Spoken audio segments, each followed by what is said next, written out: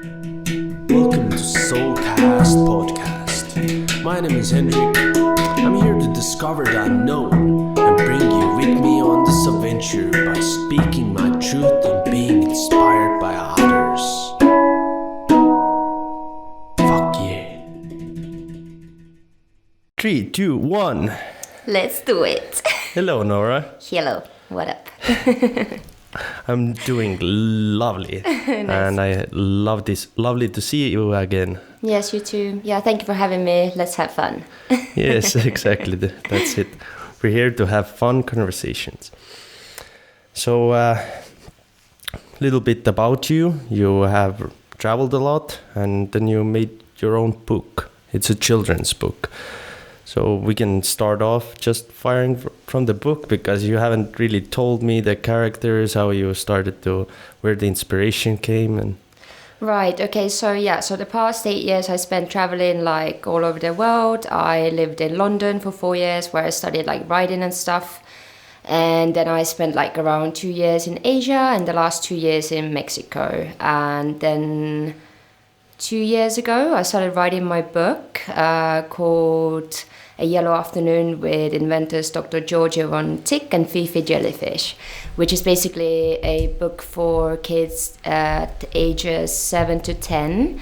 And it's a fantasy story about 3 inventors, a peacock, a spider, and a fox, who essentially all meet in Birds and the Bugs theme park. And the story is about how they need to build a spaceship so Fifi Jellyfish, who's a Scandinavian fox, could go and travel into the outer space to figure out who are his ancestors. Because he's like, why is my name Fifi Jellyfish if I'm a Scandinavian fox? So basically that's what the story is about, like adventure fantasy ride. how long it took for you? Well, I think the writing process was maybe around half a year or so. And I actually decided to self-publish it because, say I wanted to publish it traditionally, I wouldn't have had the opportunity to choose my own illustrator. And because it was my first book, I really, it was like my baby. So I really wanted to make sure that I could have entire control over it. So that's why I went this way. And so all in all, it took about maybe a year to produce it and get everything together with the illustrations and editors and so on. And that came out of your travels, the inspiration, or was it before that? No, I mean, yeah, kind of, because the last 8 years I was traveling, so everything in my life has been about traveling up until this point, right? So, but I think these specific characters sort of were living in my head for years, and it was just time for them to come to light, and be manifested into a physical book. All right, and the characters, what? How you want to do them to look, and how it came to be? Or is that similar what you have in your mind, or? Yeah, actually I was really lucky with my illustrator. She truly understood my vision, and that's why I was so happy that I found her and we could work on this project together, because I feel like she really understood my vision and she was really able to bring into life, my words into life sort of thing. So that was really cool. Yeah, to see, find the right people for your dreams is the... Yeah, because for example, it's always been my dream to just, one of my biggest inspirations is Roald Dahl, who has written, for example, Fantastic Mr. Fox or Charlie's Chocolate Factory. And he's always had the same illustrator who's illustrated all of his books. His name is Quentin Blake. And it was sort of my dream to find that one person who would understand my vision and, share this journey with me for the rest of my life sort of thing. Now I'm thinking actually it would be great to work with different artists, but that's how I started off. And I really saw her as this person, And with this Scandinavian fox, you said. Why Scandinavian fox? Man, it's because, you know, I'm a believer in like spirit animals and stuff like that. And at some point in my life, I did like a shamanic journey, and which was about like spirit animals and stuff. And I always knew that I had like a special connection to like foxes, and I felt like, I don't know, like I could identify with the foxes like characteristics, which is like very adapting, like problem solvers, that sort of stuff. And anyway, when I was doing this like journey, then I saw like a silver fox in my sort of like mind's eye, or like during this meditation thing, and that's why I chose to have the fox as like a silver fox. All right. And roller skating ostrich. Oh yeah, that actually wasn't originally in the story. It's like once the illustrator Kindy, her name, she's a Belgian young girl, and once she had like drawn up the illustration, then I saw it, and it's like Fifi is traveling in outer space on a taxi ostrich, and I don't know, I just saw the legs and I was like, man, it makes sense that it's already so surreal. It makes sense if like the taxi ostrich is just roller skating through space, you know. They're traveling between planets and... Yeah. Initially, like Fifi was traveling on his own, like using a taxi ostrich, but like he managed to piss the taxi ostrich off, and who kicked him off her back. And that's why he fell back to Earth and met like the peacock and the fox, and that's how they ended up like building their spaceship. Let's go back. Let's find the ostrich. Yeah. Very cool. What amazing children's book. How the sales went? Are you happy with that? I mean, yes, but because it's like my own, like it's self-published, and of course, like everything depends on me, you know. So, ideally, I would like to find a way to like translate it into Estonian to also like share it with Estonian audience, you know. Yeah, so some artists in Estonia are famous around the world, but in here nobody knows us. Yeah. With Neyland it was like that, so he wanted to make the podcast in Estonian because nobody knew him in Estonia. Yeah. Very cool. So your morning routine, I remembered you doing something different every morning, and that's been like huge in my life in the last sort of 2 or 3 years. Okay, what can I say? Like, I'm pretty strict in the mornings. Like I have around like 1 to 2 hour routine every single day, apart from maybe like Saturday, Sunday. Sometimes I'm like, yeah, whatever, you know. But what I do is like when I first wake up in the morning, then first of all I do like affirmations when I'm still in sort of like sleepy sort of mode, and then I get up, then I do my yoga, like I don't know, 10-20 minutes.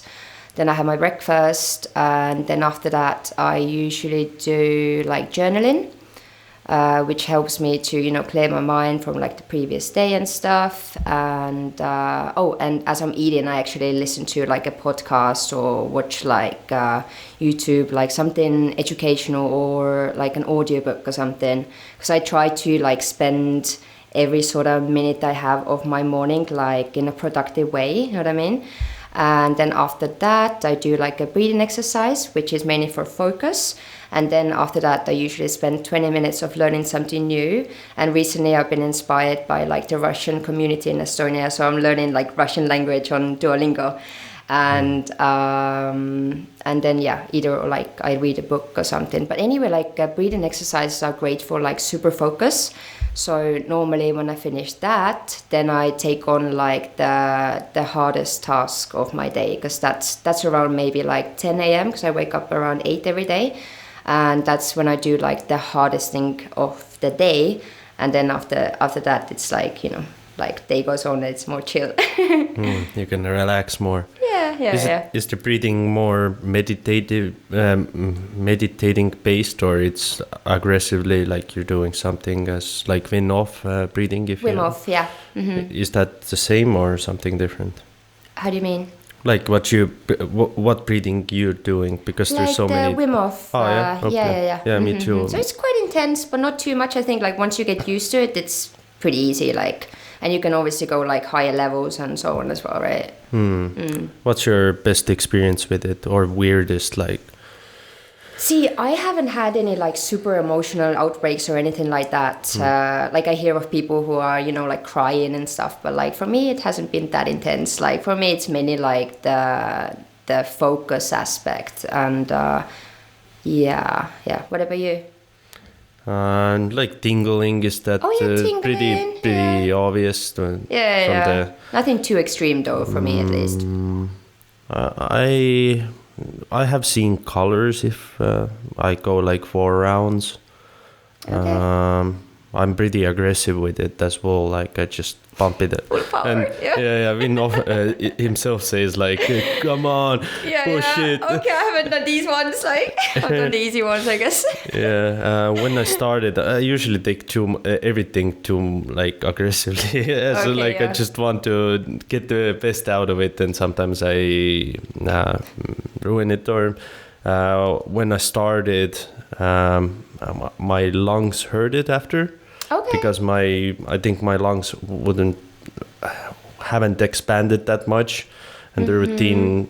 But if you get used to it, and it's really helpful, as I felt maybe more stable emotionally. Yeah, I think so. I think it massively reduces like anxiety in my case as well, because I do have like I am a very extroverted and very like social person, but I do struggle with like social anxiety sometimes. So I feel like that's definitely helped me as well. But actually, funnily, like I started doing Wim Hof breathing exercises after I had COVID, or like as I was having COVID. And when I started, actually, I remember it was hard. But I think that's also was related to like COVID, actually. Well, Wim Hof suspects that his breathing techniques would help a lot of patients who have COVID. Yes, it was recommended to me by a friend because of that, actually. Oh, yeah? Yeah. Really conscious people, I guess. Yeah. Good to have good friends who are looking after you and always, recommending those things. Yes. Yeah. And another thing is also like something that I've implemented recently is like cold showers as well. That's nice as well. Yeah, You don't have to do a lot. It's like 2 minutes. Like Yeah, I know. I did it for a month, and in some point I was like, nah, not this morning. I just don't want to. And then I was like, next day, just Okay, you lost it. And I lost it. But I kept on breathing. I still do every week breathing, but not every morning. I usually do my meditation in the morning, just to not start your day with jump up and like it is usual like wake up. You don't really think about, getting yourself back here, like centering yourself and grounding and stuff. I mean, for me, like the favorite part of my day is literally the first 2 hours of my day, my morning routine, because it really sets me up for the day. And also it's the daily habits that sort of create your life, I think. If you have like this much discipline already, like early on in the morning, and also depending on what your affirmations are. Like one of my favorite ones is today I'm going to focus on my dreams and my goals. And if you say this to yourself every single day for months and months and months, then for sure you're going to work on things that are like related to your goals and dreams and stuff. Are you writing down things as well? Oh yeah. Like I love to-do lists. I have like 3 like pieces of paper on my like desk every day. One is like my morning routine, just to like have it in front of me, and then it's like to-do lists, and then it's like goals, and also not to-do lists. And also one interesting thing that I recently learned about from Vanessa Van Edwards is like happiness math, which is basically which is basically like writing down things such as, I don't know, yoga, meditation, breathing exercises, and how many points out of like 10 these activities give you. Because I think happiness comes from little things, like little daily habits that you have. Because of course, like you have like these big things, like when you achieve a goal and you're like, yay, you know. But these are like very short-lived moments of happiness. Whereas if you dedicate yourself to doing things that genuinely bring you joy on daily basis, and you like fill your days with these activities, then you're basically always happy, you know. Unless, I mean, life is life. Like sometimes, you know, like you get triggered, and it's not always so great. But yeah, that's the point where you need to look inside what pissed you off, or what triggered you. Yes, of course. Yeah, interesting. Those routines. Yeah, I'm not really a routine guy. I always change my routines, and sometimes I just don't feel it. But yeah, and I think like it takes a while till you figure out what works for you. I mean, I didn't start with like 2 hours a day, obviously not, you know. You can't go from 0 to 100. You have to start small, like from 0 to 10, 10 to 20, you know, and so on. So it's unrealistic. Like people make these like New Year's like aspirations and stuff, like, oh yeah, like this year I'm gonna, I don't know, quit drinking, I don't know, write 5 books or whatever. It's just unrealistic, because you're gonna drop this like in the first month sort of thing. But if you start like small, like say, I'm gonna write like 5 minutes every day or whatever, like something like this, you know what I mean? Like start small and be realistic, and this way you don't have to like beat yourself up if you actually like don't make it, because it was unrealistic from the beginning. Yeah, that's how I started as well. Yeah. I was like, hey, I want to go that way. We've all been there. Like, yeah. It's just, I think people just should be calm about it as they're think going. It's true. Like, think what's realistic, you know. Oh, well, we don't know really our limits, what is realistic, because everything's changing all the time. And if you're having those big dreams, of course it's gonna take 10 years for that. And just be aggressively patient, I guess. Yeah. And consistency. That's what most people don't have, you know. Well, that you can build up, as I was planning a year ago that I'm gonna start doing something. It took me a long time to get used to it, what I'm choosing to do, and just little bits, and now I do it more, and I think in a year or two I'm just on it even more, that I can't even see it right now. Yes, of course. And I'm ready to drop a lot of things as well. Even this, like, of course I love to do podcast and stuff, but there comes a time, you know, how long I'm gonna do this for, or it's gonna just upgrade to something else. I feel absolutely doing something else. Yes, of course. And also dreams change, you know, and by doing something you might discover that there are other things that are more interesting to you, you know. And I have taken this position in life to explore much as I can as a young age, so I can collect those experiences together and make something unique, what haven't maybe some people thought of. It's like I don't take this social like pressure that you should go to school and learn one thing and become a professional at it, and then end of your days you're doing this thing what you choose. You don't want to waste your time what you used for school. It's usually big things take 10 years. You're not gonna walk back, you know. Yeah, I mean, it takes a lot of courage to choose a different path, you know, because also you don't know to miss something or want something if you haven't experienced it. And there's a lot of like social pressure to follow the steps of everyone else, and it's a scary thing to do things differently. I obviously did not do anything that was, you know,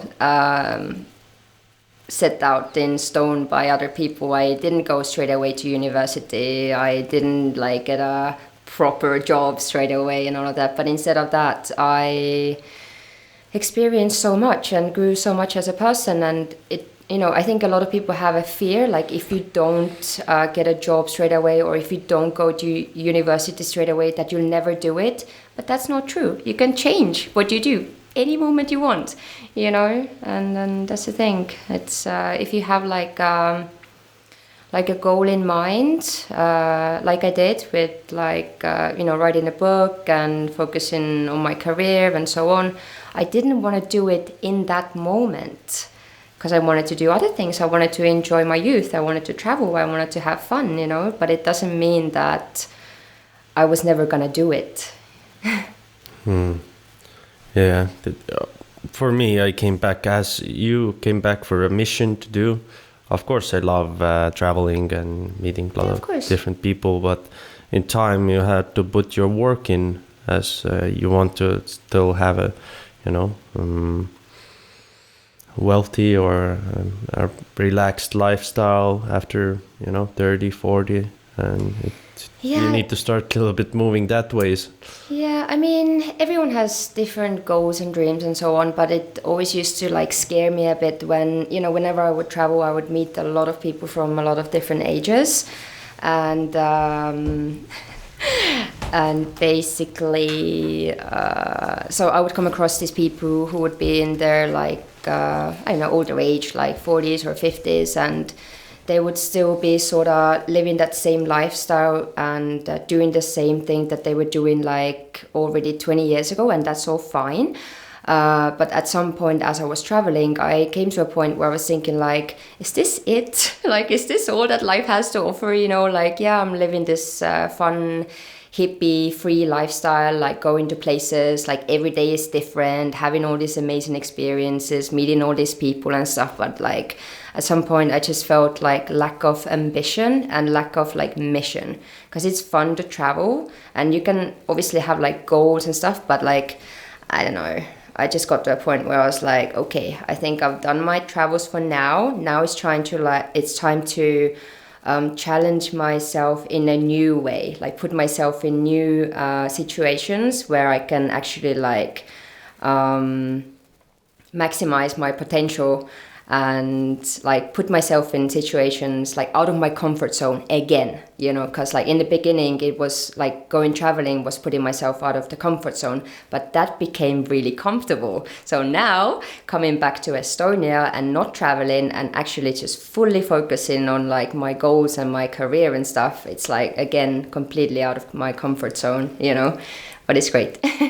Yeah, I had exactly the same experience when it was an unknown experience to go in Australia. And I had a lot of friends there, but I was like, nah, I'm not going to back up with the Estonians, make a community of Estonians. And then you really not going to see the full effect of this traveling. So I took a solo missions, and with my best friend got a girlfriend there for a bit, and I was like, man, you settle this, like I'm just gonna go travel by myself to my farm work. Then it was a great experience by myself, really emotional, challenging, but in the end I got like a job, really good paying job, and this corona started. I was like, what I would be happy for, that I don't have ambitions like earning good money, okay, but that's not it. I'm not doing what cool, I love. Yeah.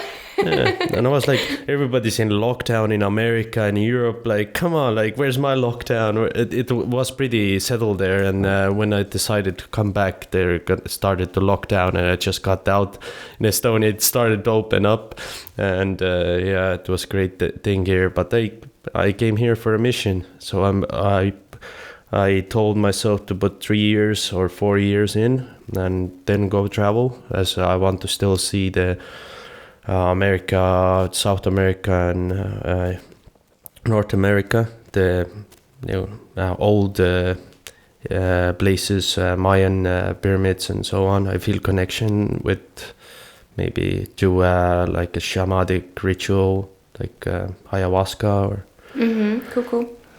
Yeah, I mean, travel is always gonna be there. You know what I mean? Like, it's just fun to like take yourself out of that for a moment. I think like it's important to live your life as interestingly as possible.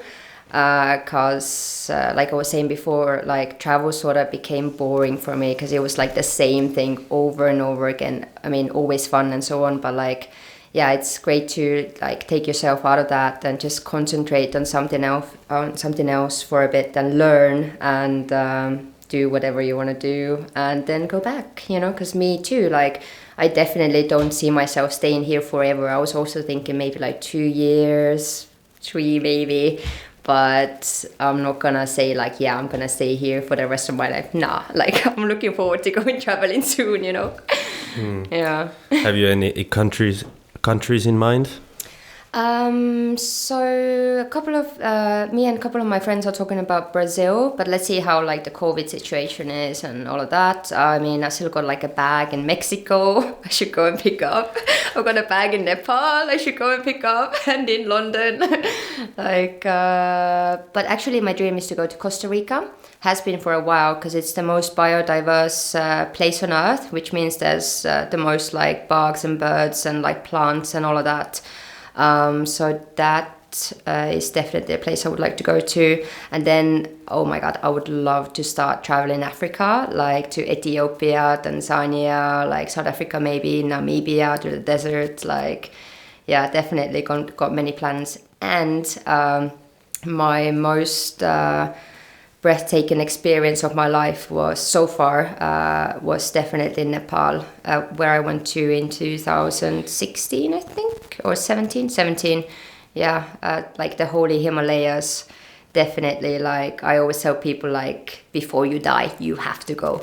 Like it's just such a life-changing experience, I think. Like what the main attraction there is like walking in the Himalayas, like doing trekking, which means you can choose whether you want to do like 10-day walk or like 2-week walk or whatever you can choose. But just the main thing is that you're in the mountains, there's no distractions, you're completely away from society and so on, and it's just you and the Himalayas, and you feel like complete connection to the nature, to yourself. It's amazing. Yeah. Yeah, I have been like in Estonia. I have this place where to go with nobody there, and I just feel after 2 weeks being alone there or with other people, after 2 weeks this place opens up to you. It's like, hey, I see now you're here, like for sure.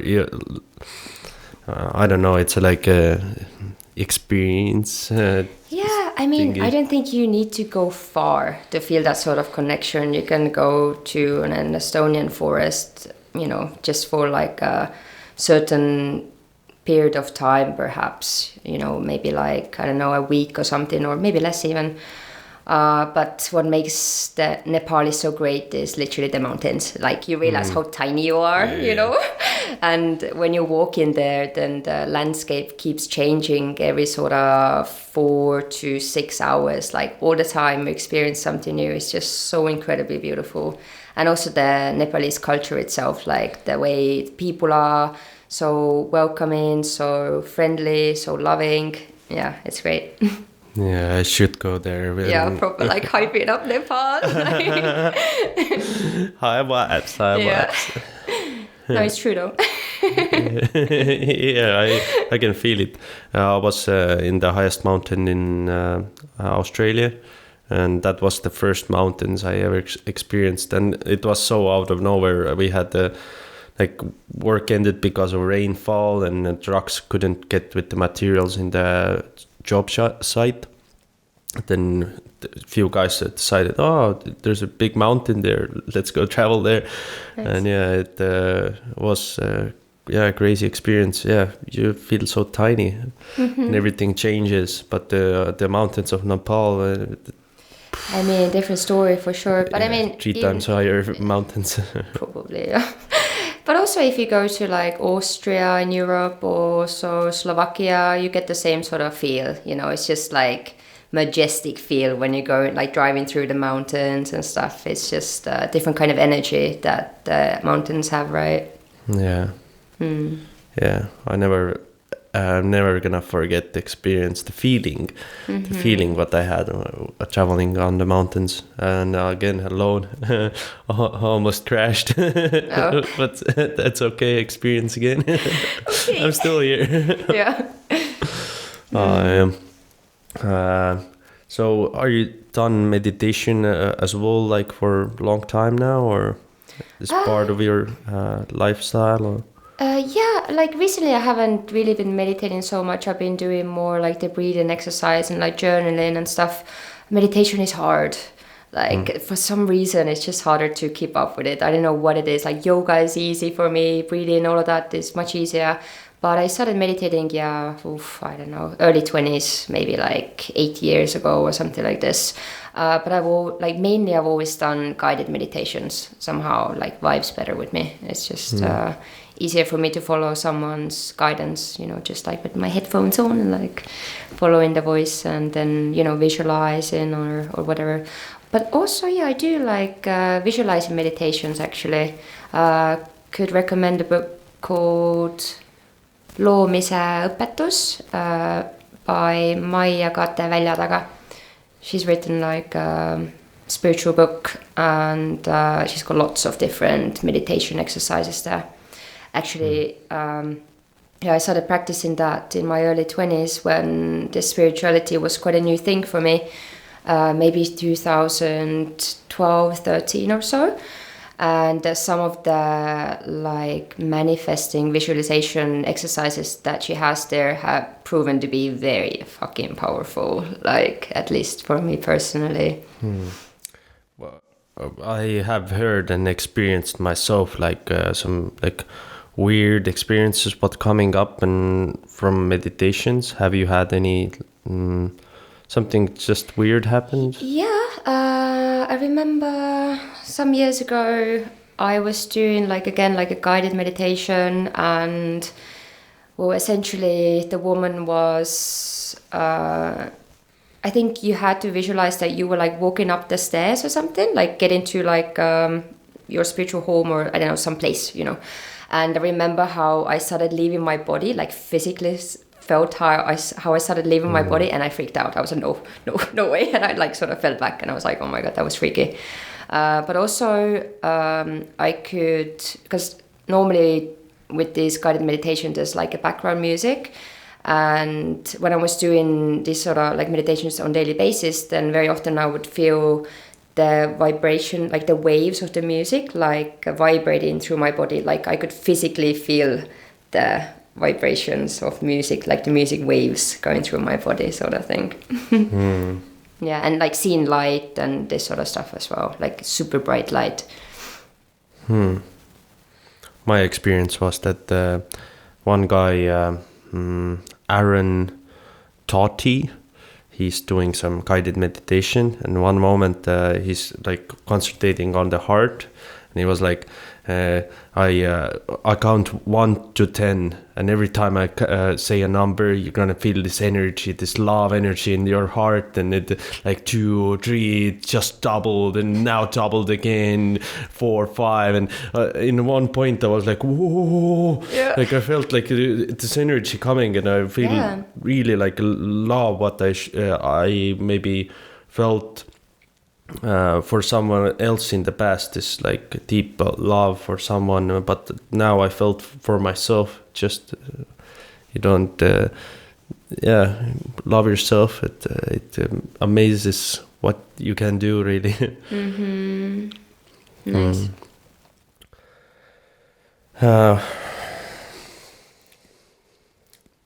So some events, what happened in your travel, what changed your life totally? Okay. Probably going to Ozora Festival when I was 20 or 21 years old. It's this huge psytrance festival in Hungary. And I just went there randomly. Like I think I came back to Estonia for like a month or something, and I met this like dude I knew, and he was like, oh, you know, Nora, I'm gonna like hitchhike to this festival in the summer, you wanna come? I was like, yeah. And I didn't even ask him like what it is or whatever. And when I went there, like my mind was blown. Like I'd never seen so many travelers, first of all, in one place. And second of all, I'd never heard psytrance music before. So I was like, what the hell is this, you know? And basically, thanks to this, I realized that it's possible to travel all year round, by selling jewelry on the streets and festivals and beaches and stuff. And by that time, I had already started working in London in Camden Market. And I was working for this Peruvian dude who was making his own like handmade jewelry. And I was working for him for a couple of years, and anyway in the market for like maybe 4 years altogether. And when I finished university, I was thinking like, well, why am I working for someone else if I could be doing the same thing, you know, for myself? And that's when I went to India after I graduated, like pretty much straight after that, and Nepal.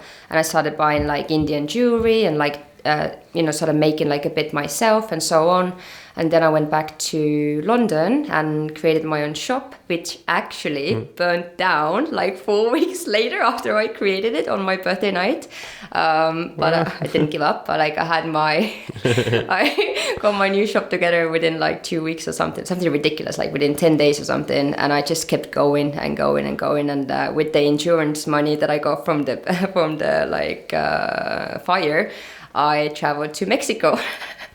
And like, found some new opportunities there, how I could survive there by selling swimsuits on the beach and stuff. So yeah, that was probably one of the most impactful things, like just going to that festival and discovering like this lifestyle that is possible. That's not something you'll ever come across if you haven't traveled, you know. Because like, for example, in Estonia, we don't really have this sort of street culture where people are selling jewelry on the streets or beaches, whatever. It doesn't exist here because it's like cold, you know?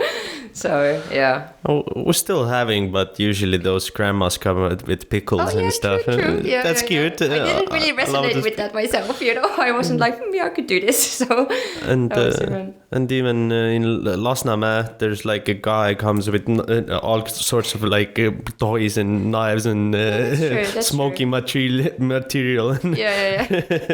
Just, also true. that we have, but not that much. Yeah, but I never connected travel to that. You know what I mean?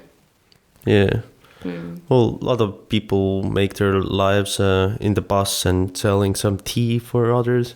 And it's even one guy made it donation based, just traveling around like with a small bus, but he has a few couches inside and it's just making tea and everybody just gives what they have to give. And actually I've tried this sort of thing before, because I love setting up like glitter stations at festivals. So I've been working at festivals for years now, doing like different stuff. And one of my favorite things actually is setting up like a glitter station with like face stickers and a little bit of makeup and like body stickers for kids, hair feathers, that sort of stuff.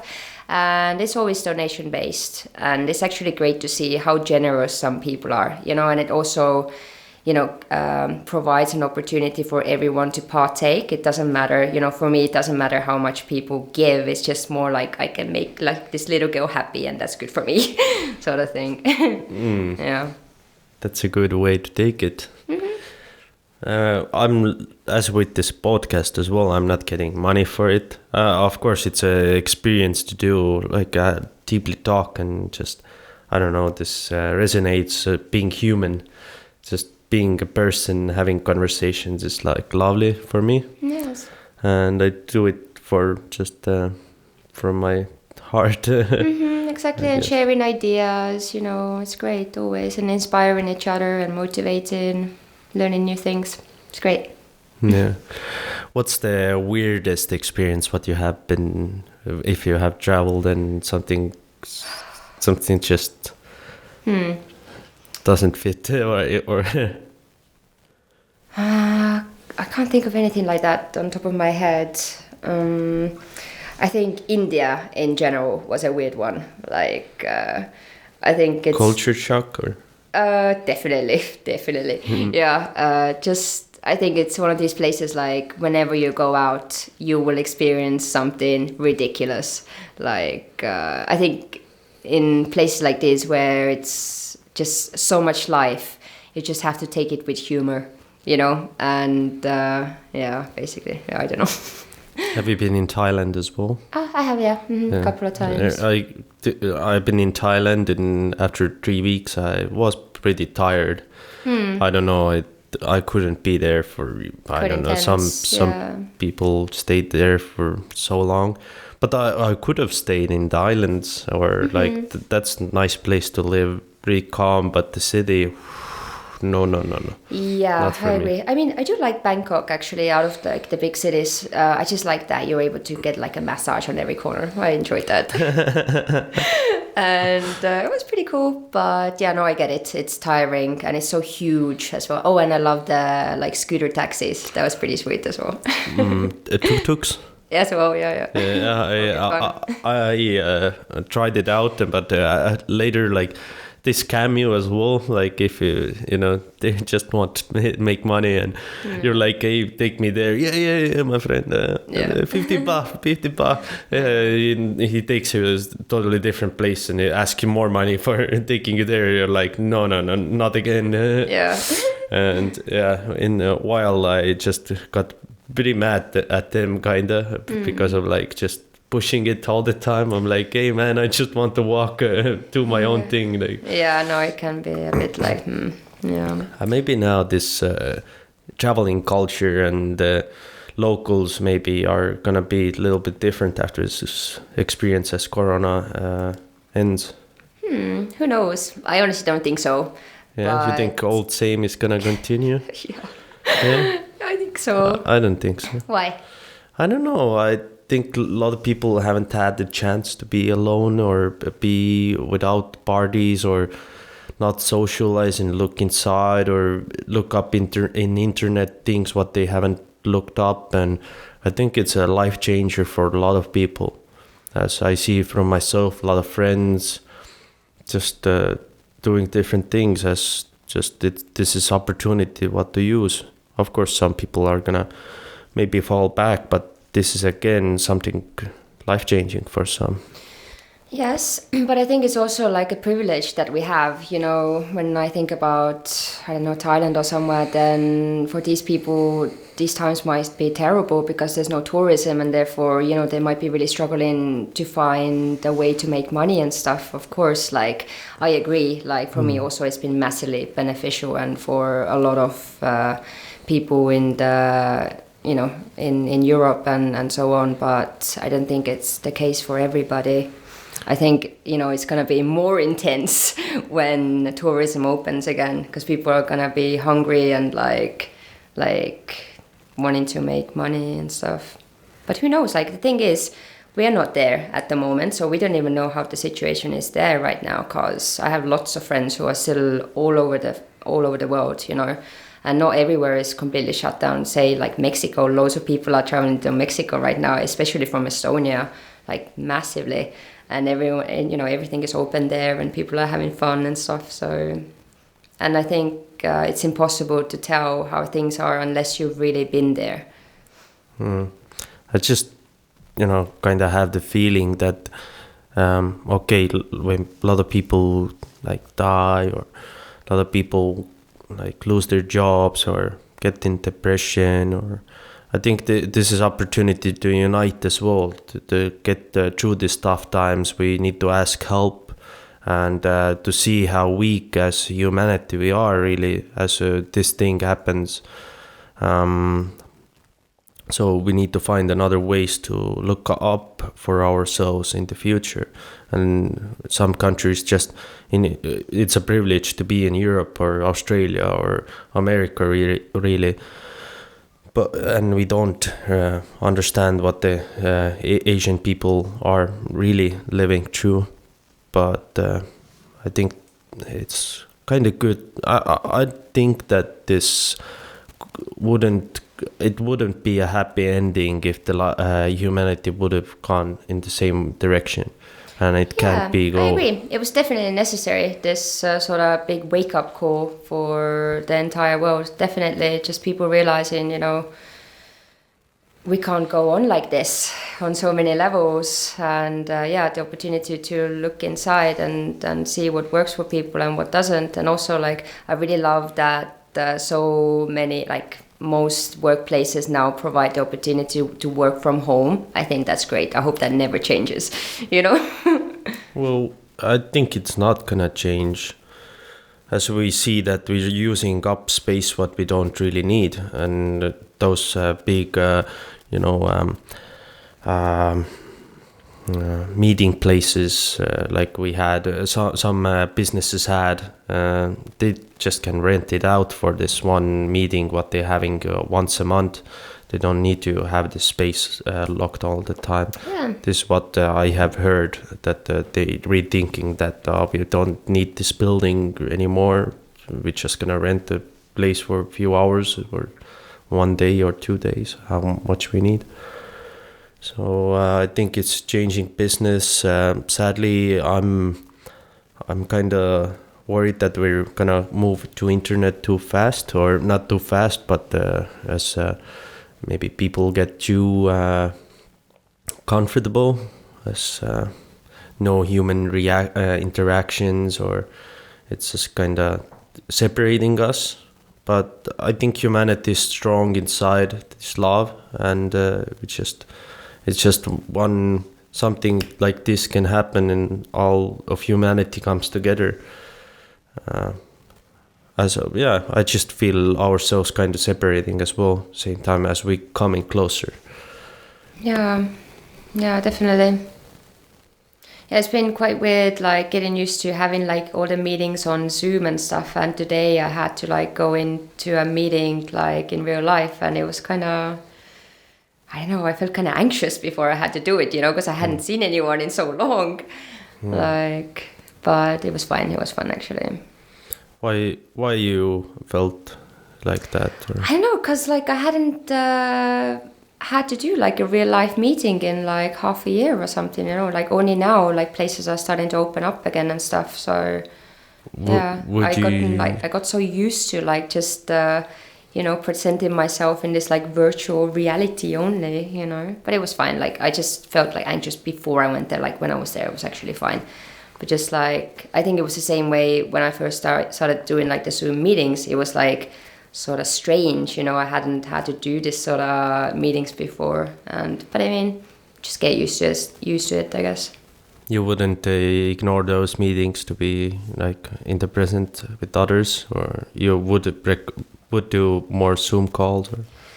I think it's easier to stay present in real life. Like I feel like I just doze off with the Zoom meetings quite quickly. Like I'm like yeah, cool. Yeah. Yeah, exactly. You don't feel in the vibe of the. No, not really. Yeah.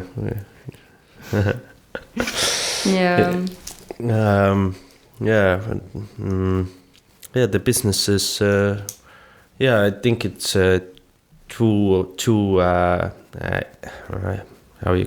two-edged sword, as it's swinging that way and that way. It opens one thing and maybe smashes another thing. I'm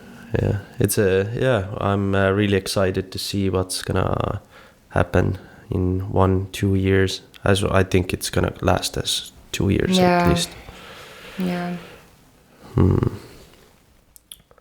So what's your future plans? What you gonna do for 1 year, 2 years, 3 years? Anything big? Well, I am currently writing like a screenplay. I'm looking at finishing in the next sort of month or so. What's it about? It's a fantasy story, so it's basically about a young girl who's a witch.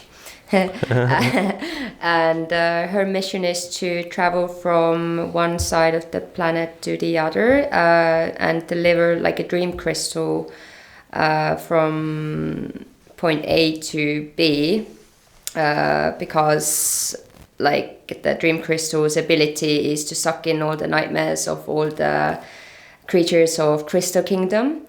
And every 10 years, this crystal has to be emptied. And if it doesn't get emptied, then the world goes out of balance, basically. That's okay. In a nutshell. It's dangerous stuff. Yeah. Girl, you're brave. This just how are you being so creative? What is the What's the secret? What's the secret? Come on, tell me what's the secret. I think it's a lot to do with the fact that I was a single child until the age of 16, so I grew up alone, and I spent most of my childhood with my granddad, who was a lifelong actor, and he absolutely loved children. So I spent most of my childhood with him, like in the countryside, and we would always go like fishing and on like bike rides, and also when I was going to school, like very often I would just skip school and go to theater instead, like through the back door sort of thing. And I was just always surrounded by creative people, and I spent a lot of time in the theater, and he would always read like kids' books to me and stuff. So I think that's where it started. And just me spending a lot of time alone and having like imaginary friends as a kid and stuff. And I guess I just never let that part of myself die, because I think my granddad was very in touch with his inner child, and I definitely am too. Like, so you see the patterns between you and your grandfather. Mm-hmm. Yeah, and just the fact that I think we both always believed in magic, as do I. Like, I believe in like fairies and stuff like that, you know. I think it would be impossible to be like a fantasy writer if you didn't believe in magic. Are you practicing some magic yourself?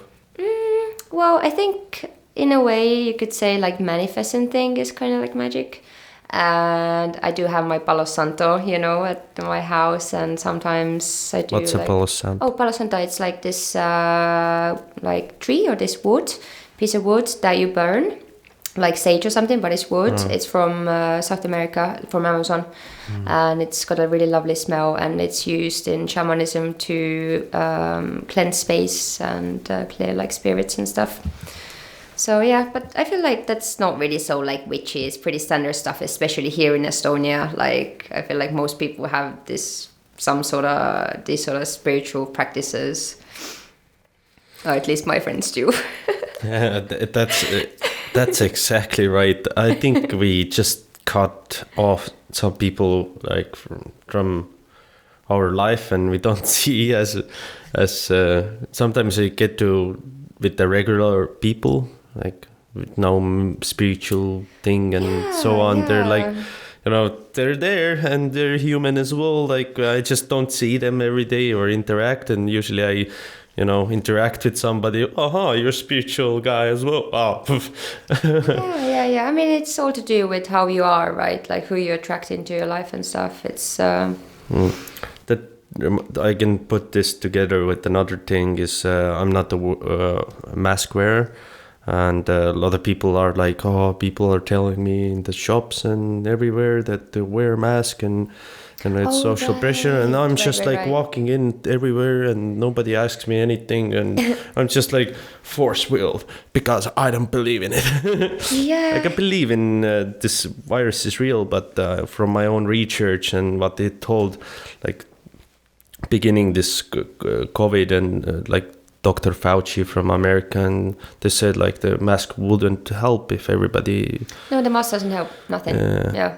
Unless you're like sick and you're like coughing everywhere. Yeah. Yeah, you have a mask on. Yeah, that's but you're touching legit. everything, then you touch your face, your eyes and everything. No, yeah. There's enough research to prove that the mask doesn't protect you. Like, But it's okay, like, you know, if you want to wear a mask, wear a mask. If you don't. Like, I saw a police on, like, public transport the other day, like, checking that everybody had masks and stuff. It was scary. I didn't wear a mask in that point. Like, I saw them, I was like, whoosh, put it on quickly and got off the bus, actually. But, yeah.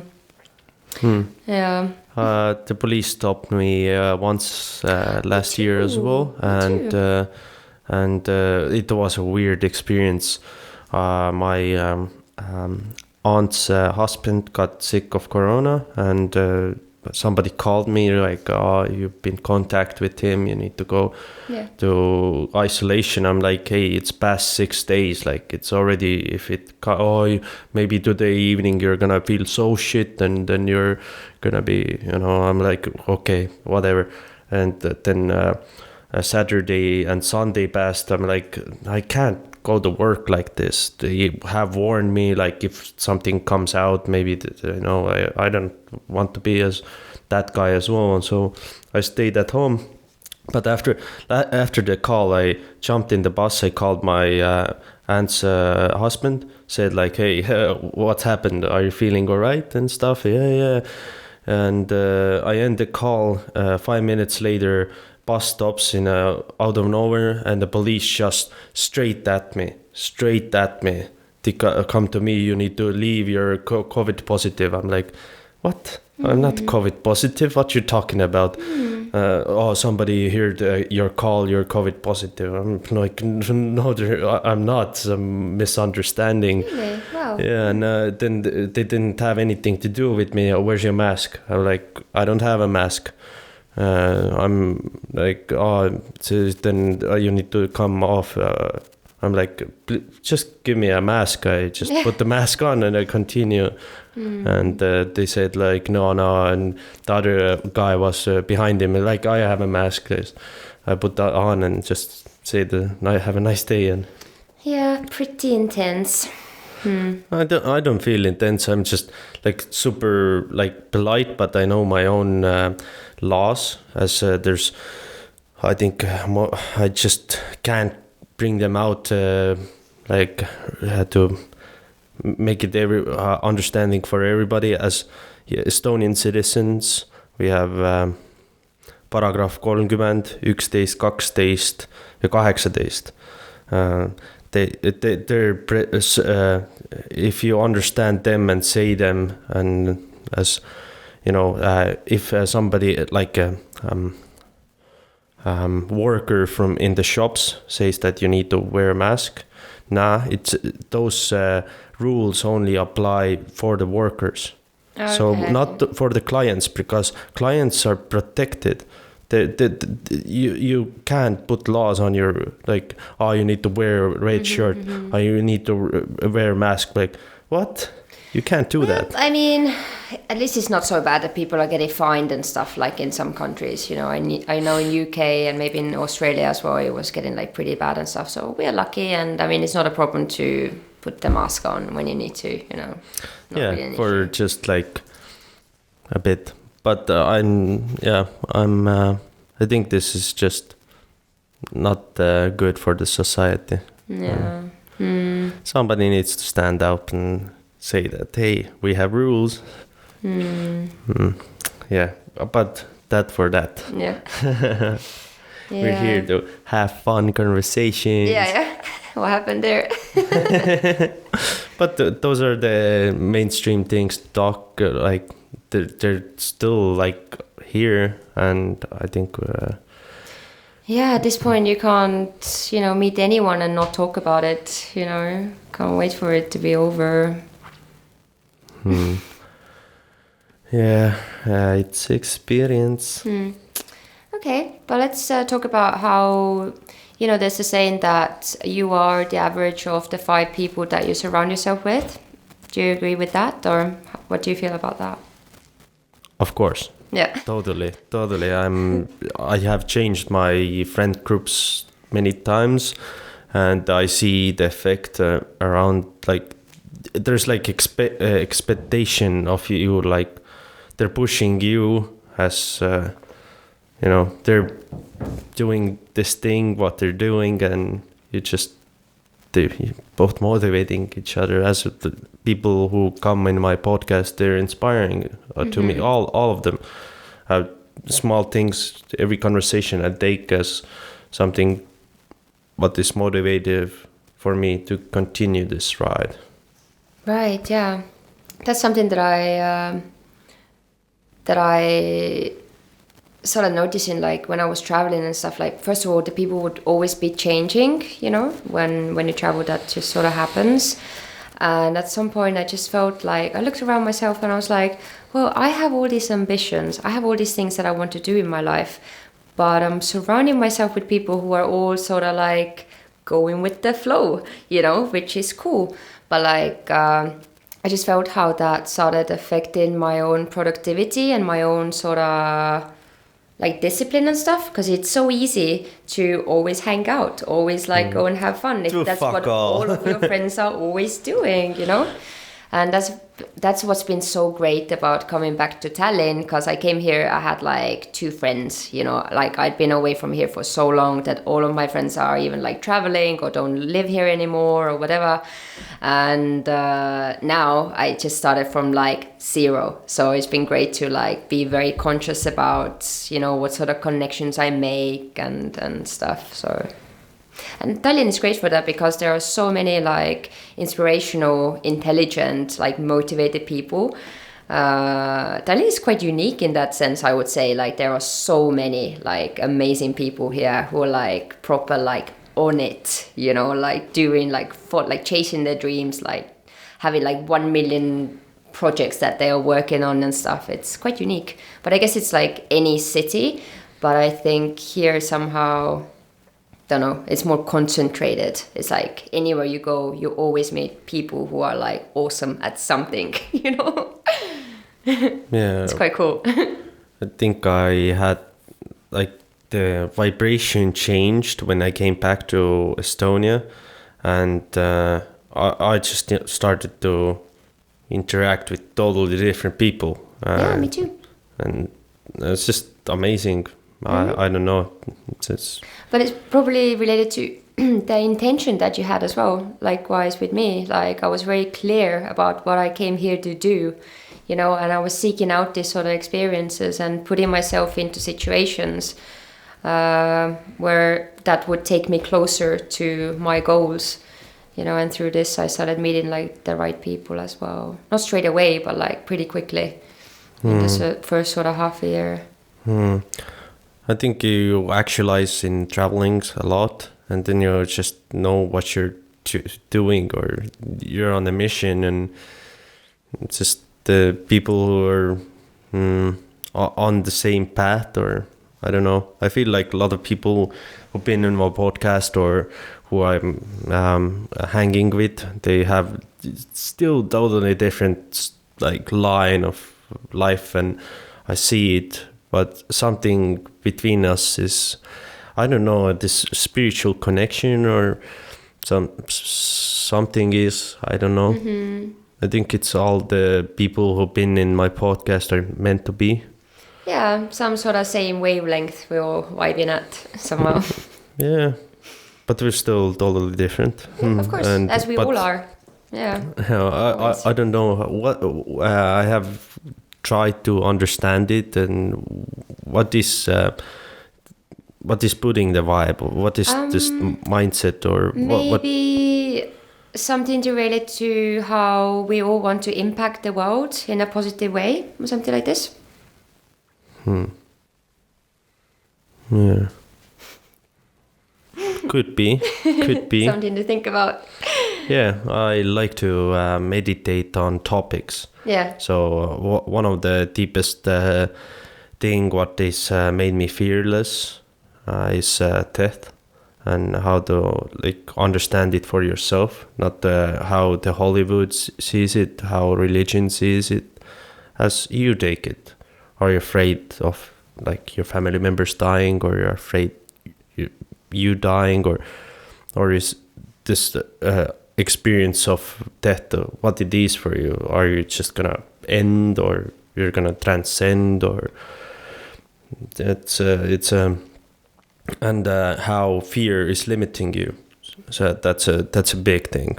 For me, it was that I'm afraid of that, or I'm afraid of death, and I'm just limiting myself that maybe I'm gonna die of this, but usually it's not. Usually I'm gonna do it, and it's not.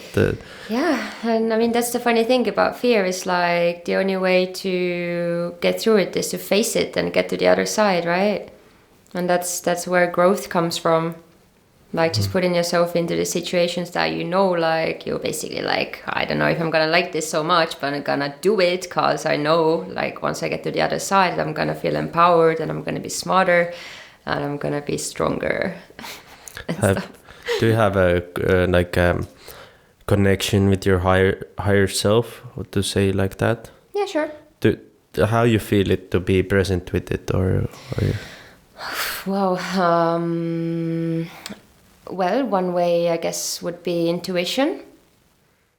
Then also sort of, well, that's not gonna sound so woo-woo, but like yeah, just okay. like but like also like sometimes being able to have a conversation with myself. Do you know what I mean? Just sort of like hearing guidance like from myself, but understanding that it's me, but like coming from somewhere else, sort of like sometimes like guidance, or sometimes just like you got this, you know, even like this, or some random sort of glimpses of ideas, or and also maybe when I'm creating, but maybe that's another thing. Like I feel like when I write, then I tap into this higher like place, I don't know, in this universe or whatever. I don't know if that's necessarily my higher self, but it's like maybe this like creative place of like flow that like flows through me and between me and the universe, and like channeling creative stuff. Does that make sense? Yeah, it's what to think about it. Such a great explanation also. I like something out of nowhere, or I think you haven't thought of it, or you just bring it out. Yeah. And I think it's the purest way, being spontaneous and in conversations. I usually update myself, not by from my meditative experience or listening to myself, just like this usual me that and then this sometimes kicks in this relaxed higher self. Is like, hey man, wow, hey, you remember you did this back 2 weeks ago? I'm like, what? Yeah, you did something there. I'm like, oh yeah, man, fuck. And it's just so subtle. He's like, wow, hey man, what's up? And he's so quiet. Usually my like regular self is so loud. He's like, let's do this, man. Mm-hmm. I need to get this 1, 2, 3 done, then it's go time. And after sometimes meditating for 15-20 minutes, and then you get this like, okay, and now I'm here. Now I'm here. Man. But it takes so much time and effort for years for me. I'm not being so consistent with meditation and stuff as well. Yeah, it's hard. But to get into this where you start to separate your ego self with your higher self, or it can sound as woo-woo. No, I'm me. Like there is no higher me, or some people can think. But if you give yourself this relaxing time, and maybe you can hear this so quiet and really, and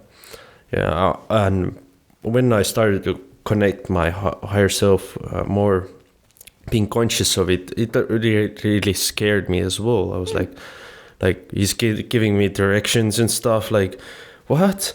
Like, why I should do that? And I'm like, I want to do this, and you're saying I like kind of weird experience. I mean, I think split to two. Or yeah, sure. I think once you accept that, this is not just all there is, life becomes so much easier, because you realize in order to create your life, you don't have to like do things all the time. You don't have like, your life doesn't just become from doing. Actually, it becomes from a lot more, like your mindset, your belief system, your thoughts, your emotions, all of that, right?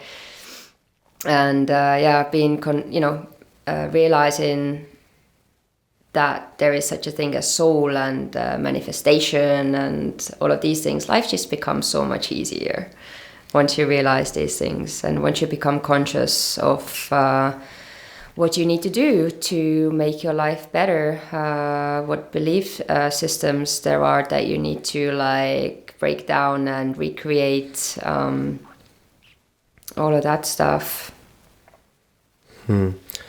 It's a good way now to ask, like, what you think about death and like, what it is for you. Well, I definitely don't have like, I say at least I don't have like a fear of death. I'm sure if I was in a situation it's in a my survival body, mode, or... yeah, I would be scared. Right. But I definitely don't think this is the end, and don't know. Feel like I've had this knowing since I was a kid, actually, and I didn't grow up in a spiritual house or in a religious house, not at all. This is something that I remember being like 8 years old, actually, when I first thought about that. So I don't know, I was like downloading some information already back then, I think. And just feeling like this is not the end, this is not the first time, this won't be like the last time. Yeah. For me, I get those are some words what have inspired me to how to think as death, but from deep meditation of it, I understand that it's a transcendent somewhere. Because you can't destroy energy, right? Energy just moves on. Yeah, we are. I feel like we're just lights or something. Like just energy is a light source or something, a wavelength of something, and death can be the biggest orgasm you can have, as you just leave your thing. What was like life? Life is kind of suffering as well as we get older or younger. We fall or we lose something, and we can emotionally be traumatized and so on. And I think death is a good way just to end it, and that can be so releasing, as it's just like an orgasm. You release this finally, then you wake up somewhere and you're like, whoa, that was an awesome experience. That was fun. Yes, but it's good that it was over. I was getting a bit old and couldn't move, and my family needed to start watching come on, let's leave it. Moving on. And I think that you can choose, as maybe some people get too maybe they're scared of death, and they want to live much as they can, and maybe they're holding up when they're old and couldn't provide, maybe move, as I think having this courage to be okay with death is I mean, like, even though I'm a believer in like reincarnation and all of that, I still think that you should live, take the most of this life that you have and live, not necessarily maybe like live every day as your last. That would be intense, but like just have that attitude. Yeah, like every day, like, yeah, like just have that sort of general attitude, like YOLO attitude, basically. Yeah. YOLO. I mean, yeah, because why not? It would be boring if you're like, oh yeah, I'm gonna come back anyway. It makes sense to have a great life and have a truly great life. Just push yourself as far as you can and really like give it all. I think I haven't talked about my experience here on the podcast about this, like when I was between 10, 12 or something. I don't, it was like casually coming up some memories that I was above this earth and choosing my life. And this is my basis of like feeling this connection as didn't have a body and I knew exactly where I am. I was choosing my life, and it's a deep thing what you remember, and you can't be sure of, but you just trust it as something what you have experienced. Yeah. So there's this question that I ask from every new person that I meet, and I have been asking for, I don't know, 5 or 6 years or something. I should really make a collection of these. And the question is, what is the first memory of your life, right? And I'll ask you in a minute. But one of my old friends, she told me also that her first memory is like floating above her mom and her sister and seeing her mom as she was pregnant before she was born, basically. And who am I to say like, no, that's not possible, you know? That's what she told me, and well, I believe her, you know? Yeah. To answer this question, that's the first memory of something I feel, but there's an ending of this like vibe of knowing where I am, where I don't know where I am as like in this body. This is still like we don't have this I don't know, this infinite connection with everything. So I felt like easy, like in there you don't have a body, or you don't, like, I don't know.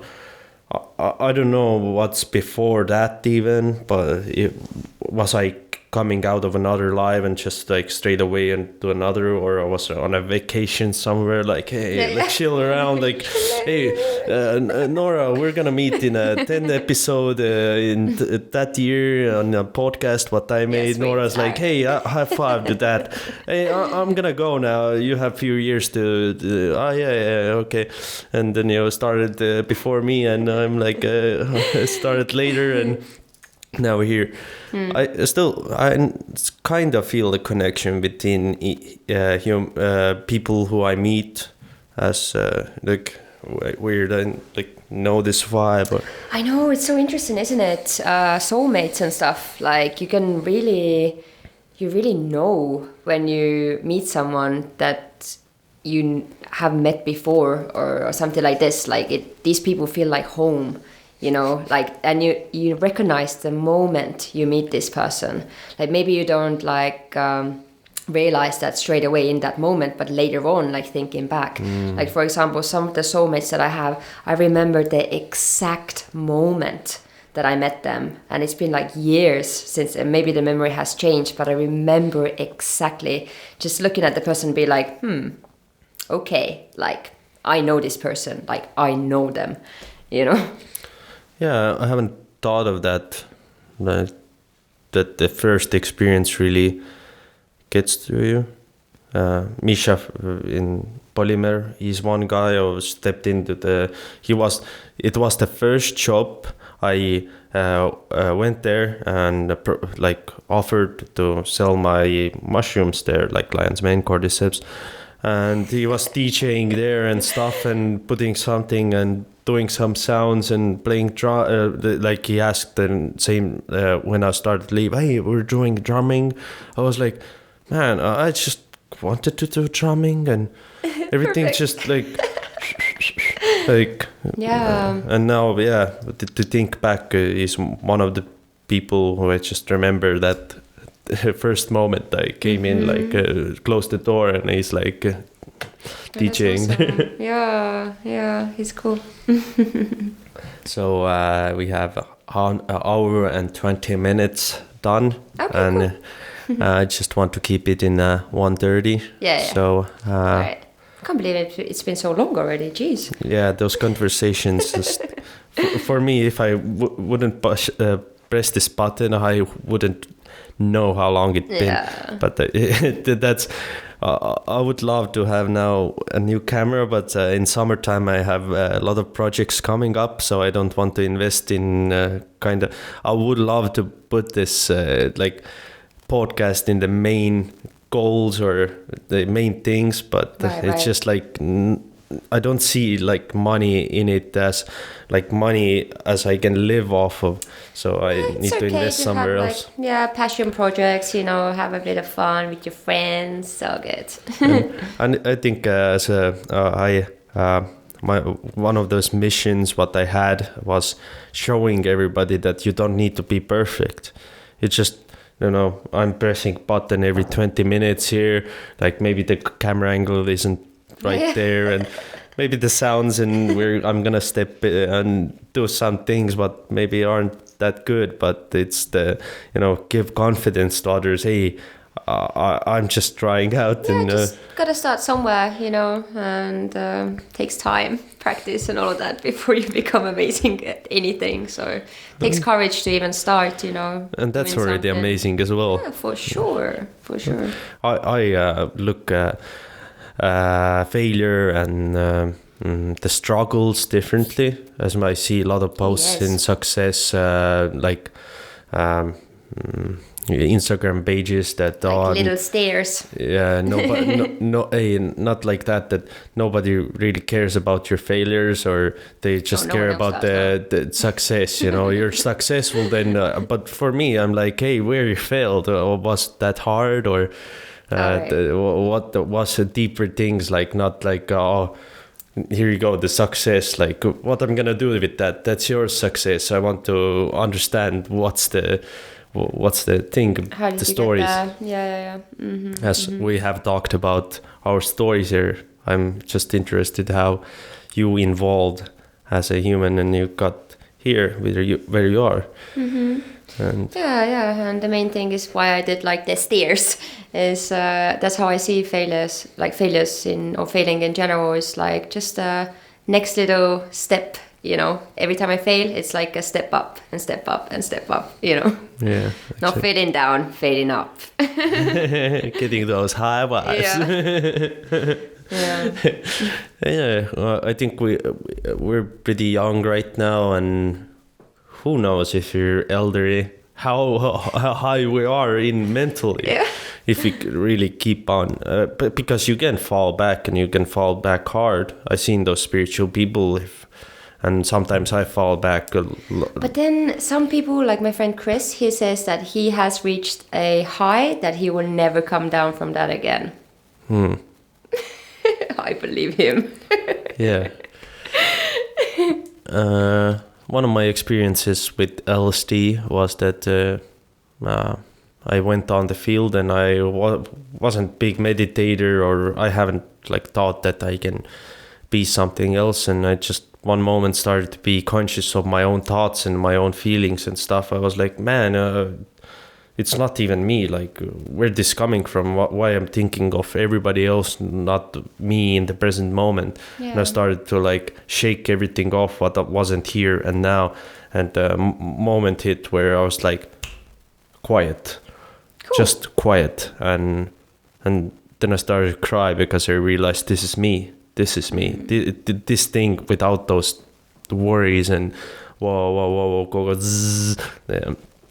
Then I realized that I can be different. I can change and not be like I've been, and that was a changer for me. But I fall back. But I think I got the taste of something what I can't lose, and I'm just going after it. Or not.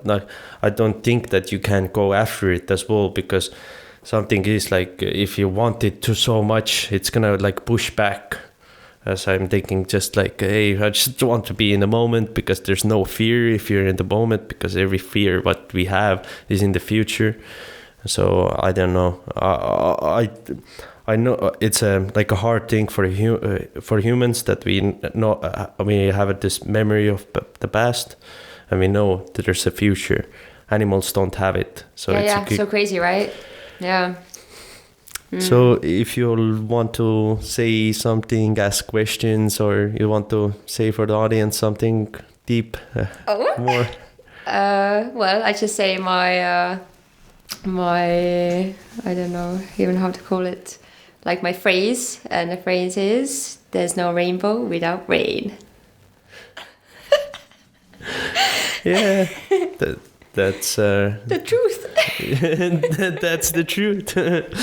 Yeah, it is. It is like that, and yeah.